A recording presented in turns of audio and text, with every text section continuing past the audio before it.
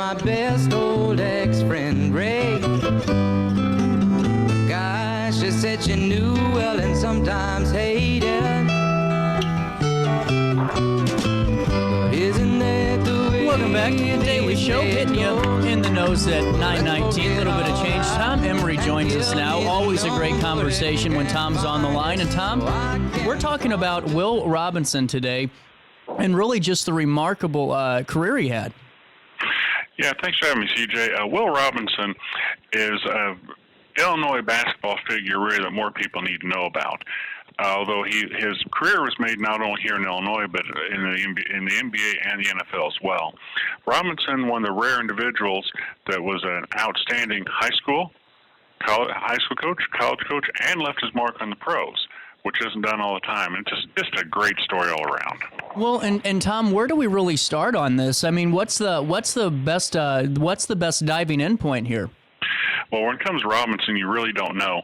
I will start off by saying that he was the first African-American basketball coach in NCAA Division I history. He led the Illinois State University program from 1970 to 1975, had a 78-51 record, and never had a losing season. So right there is something that's very notable, and that it speaks well to Illinois State's long-standing progressive nature. Robinson is still greatly remembered on the normal campus, and coached some of the big names, which we'll talk about later on, some bigger names in Illinois basketball history. Well, and Tom, also too, I'm having a little bit of an issue pulling up the article that you wrote, so I have to do that here on the fly. But let's dive right into just, that first part of it, him starting up, and just a little bit of his backstory, if you could. Absolutely. Will Robinson was kind of a legend before he ever hit normal. I'll talk just very briefly about his upbringing. He was born in North Carolina in 1911, raised by both of his grandparents, as both of his parents died before the age of 30. Wow. He ends up in Ohio, plays in high school ball in Steubenville, Ohio. The first high school player in Ohio State history to letter in 5 sports, if you can imagine that. It was a quarterback in an undefeated season that allowed no points. Also qualified for the state tournament in Columbus in golf as the only black player in the field. He was not even allowed on the course at the same time as the white players. Was not allowed to attend banquets or anything like that. Despite that, he still finished second in the tournament, which I think says some of the man's fortitude even at a young age. He earns 15 letters in 4 sports at West Virginia State, HBCU. Earns a master's degree in PE at the University of Michigan, but his color keeps him from getting a lot of jobs. He spends a year at DuSable High School in South Chicago before he lands in Detroit, where he coaches 3 different high schools, which are some of the great feeder high schools for Big Ten and pro talent. Mm-hmm. And I think that's what kind of pick up our story from there. Well, and, with all of that, too, Tom, and this is where I find it kind of remarkable is, you go through all of that and you still become a coach that represents every player no matter, kind of what they look like, and I find that to be a little bit, not to grandstand that idea, but just the point of, all the hardship and being told basically you're too black to play, and all of a sudden here you are coaching all of these great, players. And then, of course, you're going to have to adapt and coach everybody, and did. And it's interesting you use those words, CJ, because he, in his own words, was denied countless opportunities because, as he himself said, he was too black. Right. And so he ends up in Detroit. He's the first black head coach in Michigan high school history, and Detroit's only black coach for 16 years. Wow. Coached at Miller High School, which is a hotbed for talent. Cass Tech, which if you follow the Big Ten sports, particularly Michigan and Michigan State, Cass Tech has sent countless players on to big-time college and pro careers. He switched to Pershing High School in 1960. Spent 10 years there. He wins 2 state basketball titles. His 1967 squad at Pershing High School starts 5 guys who end up playing major league sports. Wow. Can you get over that? No, that's incredible. That's incredible. Yeah. One was Spencer Hayward, who was averaged 20 points and 10 rebounds in a long NBA career. He's a Pro Basketball Hall of Famer. He was the MVP of the American Basketball Association in 1969. Has a 5-time ABA All-Star, and Ralph Simpson played for the Denver Nuggets. 2 guys end up having long NFL careers. Glenn Dougherty and Paul Seal, and another guy played for 90 games for the Tigers in the 1970s. Well, and That's your starting five. No intimidation when you're stepping out there. Nothing to fear. It just blows your mind, doesn't it? You start five future major league athletes. Well, and what I think so fascinating about this is it's not just, a one sport. Everything he touched was successful. Oh, goodness, yes. He, in his 26th year of high school in Detroit, he sent 16 players onto the majors. And once I gave you 2 or 3 names because some people in St. Louis remember one guy. You see, the Indiana Pacers games have been on St. Louis market for about the last 10 years. Mel Daniels may be the greatest Indiana Pacer of all time. He played for Robinson at Pershing. During his career, rather, I should say, not necessarily Pershing. Mel Daniels averaged 18 points, 14 rebounds, and a 7-year ABA All-Star, and was a 7-time ABA All-Star. Was also a 2-time American Basketball Association MVP. So for 3 straight years between Daniels and Spencer Haywood, Will Robinson produced the ABA Most Valuable Player. That's just incredible. Well, and I'm sorry, you go ahead, CJ. Tom, I just wanted to kind of dive back in here real quick now because I do have the article finally. Sure. For some reason, it gave me a bunch of weird symbols when I opened it the first time. But our computer's great, CJ. They're wonderful, and jeez. But I wanted to go back to really just that initial. We talked a little bit about his upbringing. And you spoke great about his background. But was there an initial conversation? What really pursued that career in coaching initially? Was it just he needed, that was the next step for him, or was there something grander there? Well, he wanted to do it, but he couldn't get jobs. Okay, that's what I wanted to make sure. Yeah. So I just wanted to go back and touch on that point. Yeah, he ended up coaching YMCA basketball in Pittsburgh, Chicago, before he landed an organized. That's right. Hit, which is, I didn't mean that, CJ, at all. But he just, he was a victim of discrimination despite his talent. That's and I do want to mention.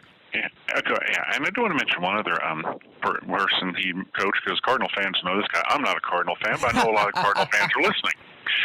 Ted Sizemore, who was a Cardinal starting second baseman from 71-75. He'd been the 1969 National League Rookie of the Year. He'd also played for Robinson in Detroit.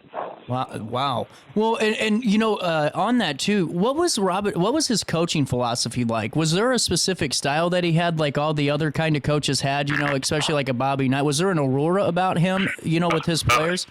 Up tempo. Okay. Played up tempo basketball. In 5 years at Illinois State. And keep in mind, this is before the advent of the 3-point line. Oh. His Redbirds reached 100-point mark 26 times. Wow. Including 4 straight in February 1975. As he's nearing the end of his career, they broke 104 straight games. He was known for up-tempo, fast-paced basketball. What was it like to play for him? Was he a hard coach to play for in terms of training, in terms of, just being involved mentally? What was that like? You hear the phrase that coaches are builders of young men, and you get kind of sick of hearing that today, considering half of all coaches seem to end up get the teams on probation or jump to other jobs.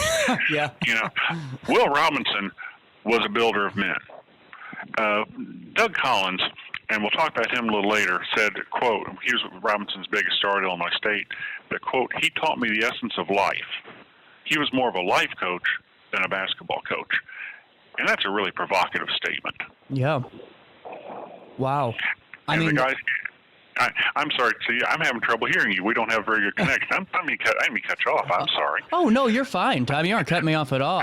That's what I was kind of looking in at, too, because to me, it's that point alone is whenever you have someone that's telling you, hey, basketball is great, but whenever I'm learning about life, too, that's pretty darn incredible as a person. The fact that think about this. He sent 16 players onto the majors in his 26-year high school career in Detroit. But he was proudest of the fact that 300 of his old high school players went on to graduate from college. Wow. And I'm sure that there was a lot of first-time college graduates in that. Right. Yes, there were. And a lot of those guys, I say it's very respectful, a lot of the guys were inner city. A lot of those guys didn't have a lot. They didn't come from a lot. They had to work their way to get there, and he was going to make sure they worked it. Right. Well, and what I think's really unique about that too is is the fact that you have an individual, when all we hear about is these accolades about, wanting all these trophies, to have this accomplishment and really, brag about this, saying, my players graduated, they moved on. I mean, to me, that's how you have a real coach there, too. It's not somebody that's just there for themselves to win for the ego. It's to build people up. Right. And when you hear some of his, like Mel Daniels, some things he said about how Coach Robinson pushed him, it's really something that he took such a personal interest in people, gave them the old phrase, tough love, pushed them, made them better, wanted them to be better, wanted them to see they could be better, and they were. And, on top of that, too, whenever, he started going into, when did he get the call to go to the when did he go to D1? When was that phone call made? 1970. His first game at Illinois State was in December 1970. Wow. And so he had a pretty great run there, 5 years, correct? He did. Not having a losing season. His up-tempo offense, scoring 100 points all the time, playing some of the top teams very, very well. And I think one name that people remember, I referred to a minute ago, Doug Collins. Doug Collins, people might remember, was in this area, might remember him best as the head coach of the Chicago Bulls. Oh, yeah. Early in Michael Jordan's career. Yeah. Collins is considered the most decorated athlete ever at Illinois State and might be the best athlete ever at Illinois State. The program's all-time leading scorer, was the number one overall pick in the 1973 NBA draft. He averaged 32.6 a game in his senior season. Wow. Junior season, excuse me. And he was on the 1972 U.S. Olympic team that lost the Soviets in the big scandalous finish. Oh, yeah. Yeah, he was on that team. Ends up being a four-time NBA All-Star. He and Robinson are really synonymous with each other on the normal campus. In 2009, a statue of both of them was unveiled near Redbird Arena, which was not where the team played through Robinson's time. Back then, they played at Horton Fieldhouse, which was one of the great barns of college basketball history in Illinois, and they could run with some people. It's just incredible. And whenever all this is said and done, because I know that when you go 78 and 51, I mean that's a pretty good cup of coffee. What was the decision, to step away from Illinois State University? Was that a parting of ways? Was that a firing? Was that a No, I think Will, and I'm certain I'm an expert on this subject, but I think Coach Robinson just wanted to go back to Detroit. That was where where he knew more things. I think he wanted to go back there. But also, I think one thing was hard for him at Illinois State. And Illinois State itself, like I say, is very welcoming, and it is to this day. When you step on the campus, you're made to feel very, very welcome.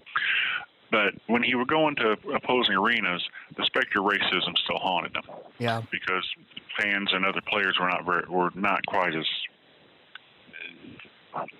advanced, for lack of a better word. Some of his most meaningful wins at Illinois State were in his final season, road wins at Marshall and at West Virginia University. His last game at Illinois State was a 105-99 win at West Virginia. Both those places had been closed to blacks when he went to college. And Robinson later recalled they wouldn't even let me in their gym to watch a game. Huh. It's just incredible. So, to beat him, and to end that your tenure there on a win like that's gotta. Did he ever speak to that, in depth afterwards, or was it just kind of a reflection? He did. It meant something to him. And one source says, I'm quoting this: along with the victories came strange and troubling moments when the Redbirds went into hostile territory, especially where segregation had been a way of life. He said he got tired of the abuse, and I can see where he would have. Yeah. He spoke, though, about Illinois State very, very well. He said, Robinson looked back and said, I love the people there. The people at Illinois State treated me wonderful. Better name place I'd been. Wow. So I think it says how he felt about Illinois State and how the university still feels about him today. Well, and was there a Robinson effect for the team for a while? Like, did he leave an impact on the organization when he went back up to Detroit? Was there an impact there? Or did they change guard pretty quick? As far as I know, Illinois State has always had a very solid basketball tradition. Mm-hmm. And I think the idea that, a lot of people in our listening area, they may not know as much about Will Robinson, maybe as they should, but they never really forgot him there. His legacy really lived on for many years. Wow, it's incredible. Well, and so when he goes back to Detroit, what's he do? He becomes a scout for two major leagues, Detroit Pistons and Detroit Lions. Yeah, he'd been a part-time scout when he was a high school coach before, so that was really nothing new to him. But before he'd ever come to Illinois State, he'd helped the Detroit Lions land Lem Barney, who was a 1967 NFL Defensive Rookie of the Year, 7-time Pro Bowler; Charlie Sanders, 7-time Pro Bowler; Mel Farr, the 1967 Offensive Rookie of the Year. So both Rookies of the Year in the NFL in 1967, offensive and defensive, have been scouted by Will Robinson. That's incredible. The Detroit Lions made the playoffs in 1970, were competitive throughout the late 60s and early throughout the 1970s. They were 10-4, made the playoffs in 1970, got beat 5-0 in the playoffs by Dallas, mainly with the nucleus that Will Robinson created for. Well, and you know what I think so unique about this, too, is because my dad went to Oakland University in the 80s. That area. And, because their training center was actually a part, like the Pistons and the Lions they shared almost space. So they were just some of the stories of the guys, but it's just kind of a unique tie in there because was he a part of that championship team in '89 in the 90s, or was he gone by then? Oh, he was still there. Wow. He stayed with the Pistons for many, many years. Joe Dumars, who was a point guard in the 1989 and 1990 NBA title teams, he was scouted by Robinson. And this guy's incredible. Yeah. Well, I'll do you one better. Dumars spent 14 years in the NBA as a player. Then he spent 19 years in Pistons front office, was president of basketball operations for 14 other years. Robinson became his assistant in the front office. So Detroit the Pistons have a rebirth in the 2000s. They make the conference finals 6 straight years. They win an NBA title in 2004, and guess whose fingerprints are on that too? Yeah, Will Robinson. Well, and that's what did he say when it came to scouting? Did he have any good? Was it just a talent to him, or was it something that he really had some formula for?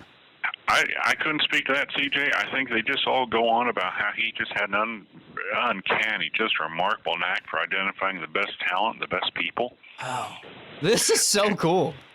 And I tell you a couple other names that he landed on the bad boys teams: John Sally and Dennis Rodman. Oh, they were wow. scouted for Robinson too. Yeah.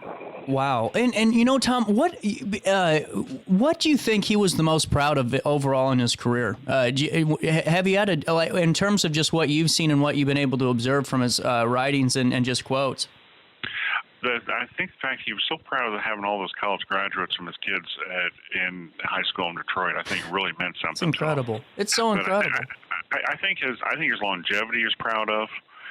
I think he's proud of people like he was so close to Dumars. I think he had a lot of things to be proud of. He never forgot the slights. He never forgot the abuse. He never forgot the horrible things that happened to him. But I think he was very, very proud of the fact he overcame it as well as he did. Well, and if it's okay, were there any other, contributions? We talked basketball, and we did talk, about just that kind of trailblazer path that he set, because that is, you aren't allowed into gyms, and you aren't, that's just, it's just incredible in all the wrong ways. But what contributions, if you could pinpoint some, or not even contributions, but, other notions do you think Robinson made with just his tenure as a coach and just with where he was able to go with his career? Well, I think it's interesting to me, and there may be listeners who will take this up, and I don't mean starting in trouble when I say this, but the fact that he had such remarkable success on the high school, college, and pro level, that just doesn't happen. True. And I think the fact that he did that, and some of the teams that meant the most to the city of Detroit, those Pistons teams, some of those Lions players, what he meant at Illinois State, like I say, you drive by Redbird Arena, now it's Sefke Arena, you see that statue. People still talk about Will Robinson. Illinois State has a big alumni base in our area, in our listening area. Those people, you talk to Illinois State people, they're extremely proud of Will Robinson. The way his players spoke, my goodness, CJ. All those high school kids came out of the inner city of Detroit and went on the pros, and they just revere the man. It's incredible. Well, it really is. Well, and Tom, that's why, I'm so glad we finally had this conversation about Will Robinson, and really just appreciate your time on this. 20 minutes always seems to fly by, and I just learn so much each and every time. And, I wanted to, ask you, because you did speak of, just the way that Illinois State and just that region, our region encompasses and celebrates, Will Robinson. But do you think that he's been adequately recognized, if that's the proper way to put this, in terms of just the greater sports world as a whole? Or do you think he's going to be known as kind of a regional story that should be a national one? That's it right there. I think you said the best, CJ, because he's a legend of Detroit. He actually worked as Joe Dumars' assistant until he was 91 years old. Wow. 2003. During the Pistons' NBA title season of 03-04, they renamed the locker room the Will Robinson Locker Room of Champions. That's incredible. When he died in April of 08, the Pistons wore black patches for the rest of the run of the NBA playoffs that season. The Illinois State people still regard him very, very highly. I think it's a shame that someone who left such an impact in so many areas, so many ways, from Illinois to Michigan and points in between, is going to be more of is remembered more in pockets than he should be nationally. To me, he's one of the great sports heroes of the late 20th, early 21st century. I think he should be remembered that way, although I don't believe he is. I completely agree with you, Tom. And I just, like I said, really appreciate your time and 100% agree with you. And thank you so much for sharing this fascinating story today. And it's always great talking with you, and I can't wait to hear more from you coming up again soon, hopefully. Hey, CJ, it's always a pleasure. Thanks for having me. Oh, no problem. 9:40, we'll take a quick break. More Daily Show right around the corner next in the heart of the 618.